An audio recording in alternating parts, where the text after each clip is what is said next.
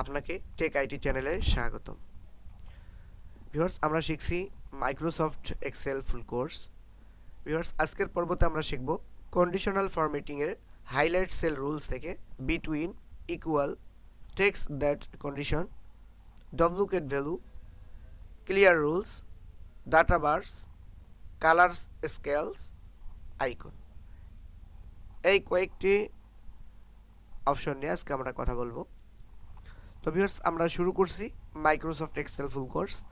Viewers, এই যে আমরা কাজগুলো করেছি গত পর্বের মধ্যে, যে আমরা 5টা সাবজেক্ট নিয়ে যে কাজগুলো করেছি এবং 5টা সাবজেক্টের মধ্যে যে কন্ডিশনগুলো আমরা অ্যাপ্লাই করেছি, আমরা যদি চাই এগুলোকে একবারেই আনসিলেক্ট করে দিতে, এই রুলসগুলো, এই কন্ডিশনগুলো একবারে বাদ দিয়ে দেবো কিভাবে, আমরা এগুলো সবগুলো বাদ দিয়ে নতুন করে কাজ শুরু করছি। তো এখান থেকে যে কন্ডিশনাল ফরম্যাটিং আছে, আমরা এখানে যদি ক্লিক করে দেই, এখানে ক্লিক করার পরে দেখেন এখানে ক্লিয়ার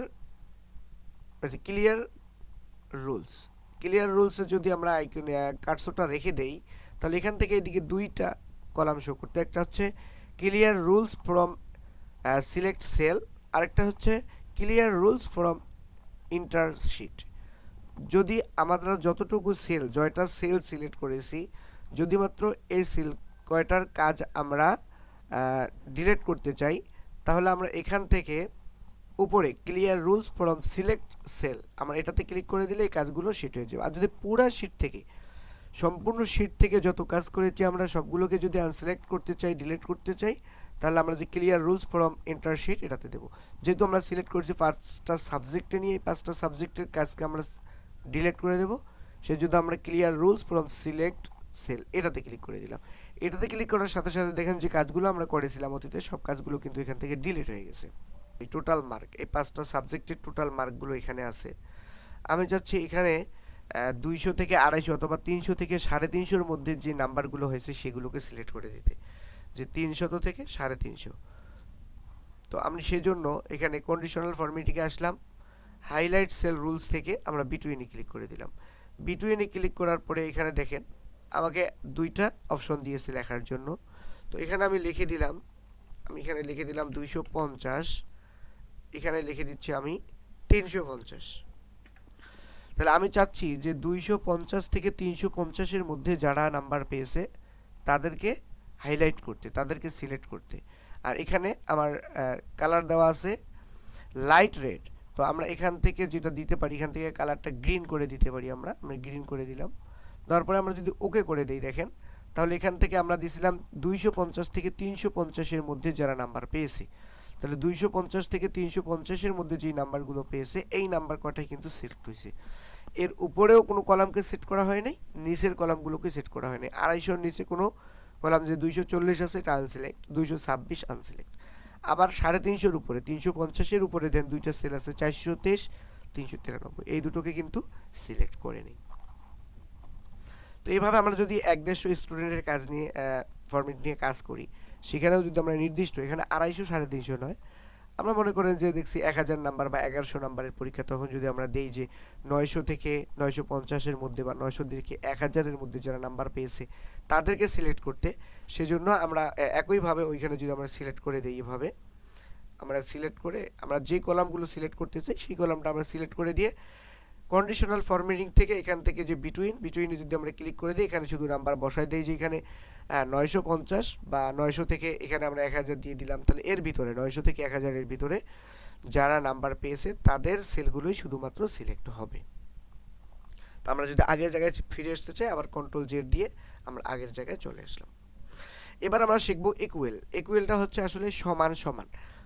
এই যে আমরা এখানে 5টা সাবজেক্ট নিয়ে কাজ করেছি, 5টা সাবজেক্টের মধ্যে কারা সমান মার্ক পেয়েছে, অর্থাৎ একই নাম্বার যদি একাধিক জন পায় তাহলে কিন্তু সেই মার্কগুলো সিলেক্ট হয়ে যাবে।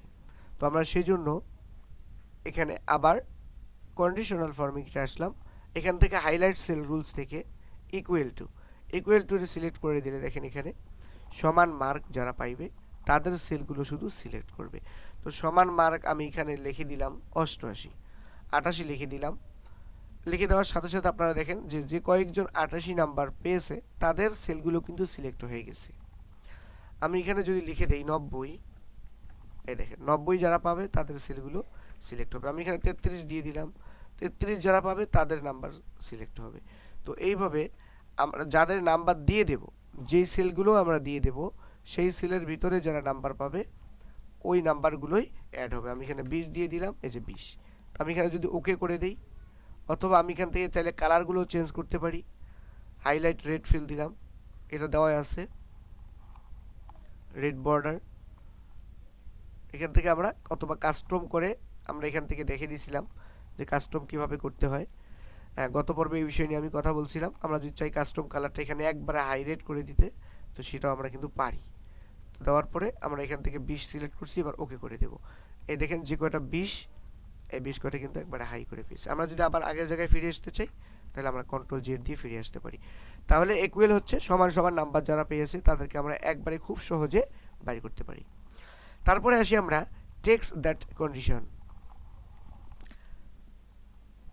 টেক্সট দ্যাট কন্ডিশনের মধ্যে আমরা আসলে এই দেখেন এখানে আমরা এখানে এই যেখানে রেজাল্টের মধ্যে দেখেন এখানে আপনাদের রেজাল্টের মধ্যে একটা পাস আর একটা ফেল দুটো অপশন আছে। আমরা এখানে লিখে দিই পাস, আর এখানে লিখে দিলাম ফেল, লিখে দিলাম। তাহলে পাস এবং ফেল এই দুইটা সেলকে আমরা পুরোটা সিলেক্ট করে দিলাম। তাহলে যে পাস ফেল চলে আসছে। এবার আমরা এখানে সিলেক্ট করতে চাচ্ছি যারা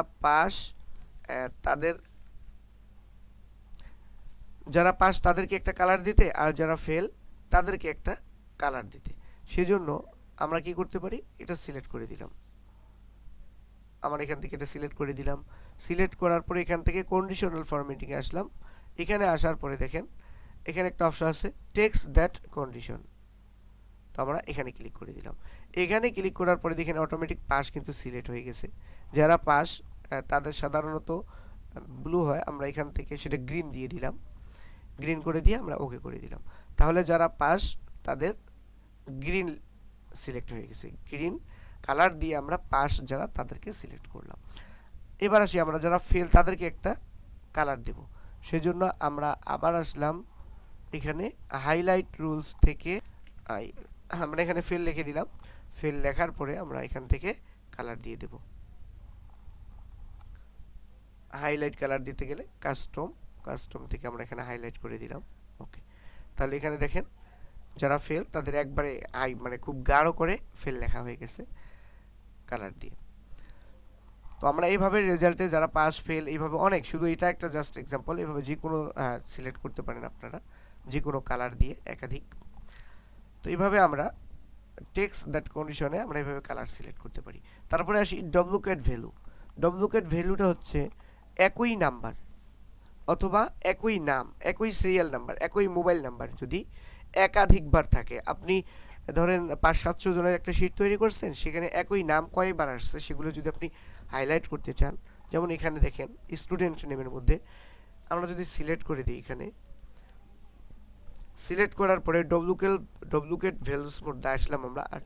আসার পরে দেখেন কন্ডিশন ফরম্যাটিং আসলাম, হাইলাইট সেল রুলস।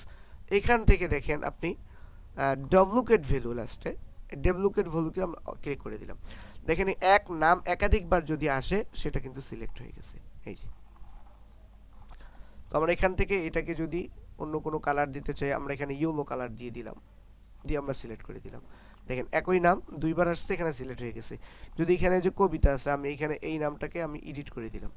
এডিট করে আমি এখানে কবিতা লিখে দিই, যদি একই নাম, এই দেখছেন যখনই দিয়ে দিছি এই দুইটা সিলেক্ট হয়ে গেছে। এভাবে আমি যদি আরেকটা নাম এখানে লিখলাম, রিয়াজ লিখলাম, লিখে কাটছর আমি এখান থেকে সরার সাথে সাথে দেখবেন এটা সিলেক্ট হয়ে গেছে। মানে একই নাম যদি একাধিকবার আসে ওই নামগুলো আপনাকে সিলেক্ট করে এখানে কিন্তু দেখিয়ে দিবে।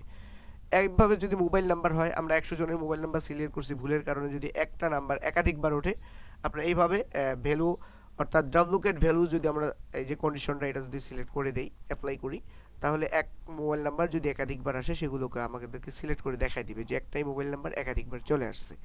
তো এইভাবে আমরা আমাদের শীটের মধ্যে কিন্তু এই ভ্যালু ডুপ্লিকেট ভ্যালুটি অ্যাপ্লাই করতে পারি।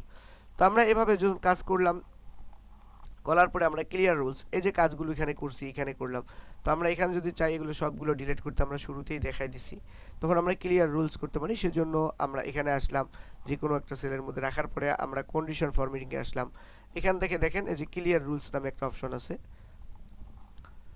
তো ক্লিয়ার রুলসে যদি আমরা ক্লিক করে দেই, তখন এখানে আমাদেরকে clear rules from select cell, অর্থাৎ যে কয়টা সেল সিলেক্ট করা থাকবে প্রথমেই দেখাই দিছি ওই কয়টা। আর যদি আমরা নিচেরটা clear rules from entire sheet দিয়ে দেই, তাহলে আমার পুরো শেডের মধ্যে যে কাজ করছি সবগুলো কাজ কিন্তু মুছে যাবে, রিমুভ হয়ে যাবে। তো আমি এখানে clear rules from entire sheet পুরো শেডের এই অ্যাপ্লাইগুলো আমি ডিলিট করতে চাচ্ছি, আমি এটা দিয়ে দিলাম। দেওয়ার সাথে সাথে দেখেন সব কাজগুলো এখান থেকে ডিলিট হয়ে গেছে। তো এখন আমরা যেটা করব সেটা হচ্ছে ডাটা বার। এই ডাটা বারটা আমরা এখন এখানে অ্যাপ্লাই করব। ডাটা বারটা হচ্ছে এই যে এখানে 5টা সাবজেক্ট আছে, আমরা 5টা সাবজেক্টকে সিলেক্ট করলাম, সরি এই 5টা সাবজেক্ট আমরা সিলেক্ট করে দিলাম।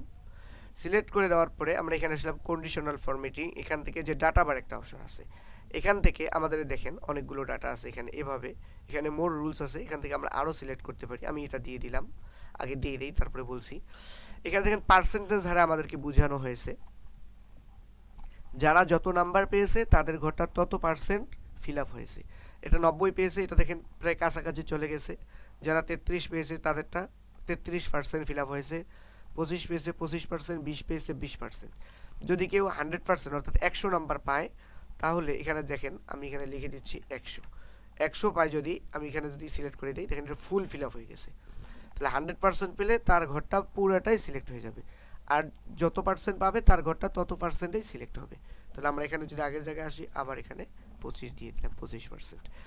তাহলে আপনার ডাটা বার হচ্ছে এভাবে ডাটাগুলোকে সিলেক্ট করে একটা কালারিং করে পার্সেন্টেজ আকারে আপনি কত পার্সেন্ট পেয়েছেন, আপনার ঘরটা তত পার্সেন্ট পর্যন্ত কালার হবে। তারপরে আমরা আসি কালার স্কেলের মধ্যে। আমরা এখান থেকে কন্ট্রোল-Z দিয়ে আগের জায়গায় চলে আসলাম, আবার আমরা যাচ্ছি 5টা সাবজেক্টকে আমরা সিলেক্ট করে দিলাম। এবার আমরা আসি কন্ডিশনাল ফরম্যাটিং থেকে আমরা আসলাম কালার স্কেল। তাহলে কালার স্কেল যে একটা অপশন আছে দেখেন, কালার স্কেলটা সেম একইভাবে আমরা এখান থেকে যে কোনো একটা কালার দিয়ে আমাদের রেজাল্টগুলো বা আমাদের ডাটাগুলো আমরা বুঝাইতে চাই, তাহলে আমরা এখান থেকে এটা যদি আমরা সিলেক্ট করে দিলাম, এখানে হচ্ছে আপনি একই নাম্বার যদি একাধিকবার পান আপনার সেম ঘরের মধ্যে, যেখানে এখানে 90 পাইছি, আরও যদি 90 থাকে, যেখানে 90 পাইছি, দুইটার কালার কিন্তু একটুও কম বেশি নেই, এক। তারপরে এখানে যে 80 পাইছি, আরও যদি 80 থাকে তাহলে কিন্তু এক হয়ে যাবে। এখানে 20 পাইছি, যে 20, এই 20-এর ঘরগুলো দেন এক। তারপরে একই কালার পাইলে এক হবে, এর থেকে বেশি পাইলে আরও একটু গাঢ় হবে। তারপরে যেগুলো কম পাইছে 20, এগুলো রেড হয়ে গেছে। মানে কালার দিয়ে আপনার ডাটাটাকে বোঝানো যে আপনি একইভাবে কত নাম্বার পেয়েছেন। 90, 88 একটু হালকা, 90 হয়েছে আর একটু গাঢ়, 95 হয়েছে আরও একটু বেশি হাইট হয়ে গেছে, মানে হাইলাইট হয়ে গেছে কালারটা। একই নাম্বার দেখেন এই যে গ্রিন 88, তারপরে এখানে 90 দেখেন এটার থেকে একটু মানে হাইলাইট হয়েছে, তারপরে এখানে দেখেন আর একটু হাই কালার হয়ে গেছে। তো এইভাবে আপনার 95টা দেখেন দুইটা সেম হয়ে গেছে। তো এদের থেকে যখন 88-র নিচে আসছেন তখন কিন্তু আরেকটা কালার হয়ে গেছে, 25 দেখেন একবারে রেড হয়ে গেছে। তো যত নিচে নামছেন ততই কিন্তু কালারগুলো পরিবর্তন হয়েছে। তো এভাবে আমরা কালার রুলস সিলেক্ট করে ডাটাগুলো সহজেই কালারিং করে বুঝাইতে পারি। আমরা কন্ট্রোল-Z দিয়ে আমরা আগের জায়গায় চলে আসলাম। এবার আমরা আসবো আইকন। আমরা আমাদের এই রেজাল্ট বা এরকম যে কোনো ডাটাকে আমরা আমাদের আইকন দ্বারাও প্রকাশ করতে পারি। আমরা এখান থেকে কন্ডিশনাল ফরম্যাটিংয়ে আসলাম, এখান থেকে আইকন সেট, যেখানে অনেক ধরনের আইকন আছে। আমরা চাইলে আইকন দিয়ে আমাদের ডাটাগুলোকে বুঝাইতে পারি। এই যে শেপ আছে, তারপরে এখান থেকে চাইলে যে ক্রস আছে, যারা কম পাইছে ফেল করছে বা তাদের ক্রস টিক, তারপরে এখানে দেখেন এই যে পার্সেন্টেজ বা আপনার এইভাবে ঘর দিয়ে বুঝাইতে পারি। যে মোবাইলের নেটওয়ার্ক দিয়ে আমরা বুঝাইতে পারি, যারা ফেল করছে তাদের হয়তো নেটওয়ার্ক নাই, যারা একটু পাইছে মোটামুটি 33-এর উপরে বা পাস করছে তাদের 1 দাগ 2 দাগ, যারা 100% পেয়েছে তাদের ফুল নেটওয়ার্ক। এইভাবে আমরা এখান থেকে এটা দিয়েও বুঝাইতে পারি। তো এইভাবে আমরা সেম একইভাবে বুঝাইতে পারি। আমরা এটা দিলাম, এই দেখেন যারা 90 পেয়েছে উপরের দিকে একই চিহ্ন, মানে এক একটা মার্কের মধ্যে এক একভাবে বোঝানো হয়েছে, যে ডাউন লেফট রাইট এভাবে তীর চিহ্ন দিয়ে আইকন দিয়ে বোঝানো হয়েছে মার্কগুলো। তাহলে আমরা আবার আগের জায়গায় চলে আসলাম। তো তো ভিউয়ার্স, মোটামুটি আজকে আমরা যে বিষয়গুলো নিয়ে কথা বললাম সেটা হচ্ছে কন্ডিশনাল ফরম্যাটিংয়ে যে অপশনগুলো আছে, আমরা প্রায় অপশনগুলো নিয়ে শেয়ার করলাম। সেটা হচ্ছে আমরা কথা বললাম বিটুইন নিয়ে, ইকুয়াল নিয়ে, টেক্সট দ্যাট কন্ডিশন নিয়ে, ডুপ্লিকেট ভ্যালু নিয়ে, clear rules, data rules, data বার, কালার স্কেল এবং আইকন। এই বিষয়গুলো নিয়ে আজকে আমরা কমপ্লিট শিটের মধ্যে আমরা বোঝানোর চেষ্টা করছি। যদি আপনারা বুঝে থাকেন বা ভালো লেগে থাকে তাহলে অবশ্যই কমেন্টে জানাবেন। পরবর্তী ভিডিও দেখার আমন্ত্রণ রইল। আল্লাহ হাফেজ।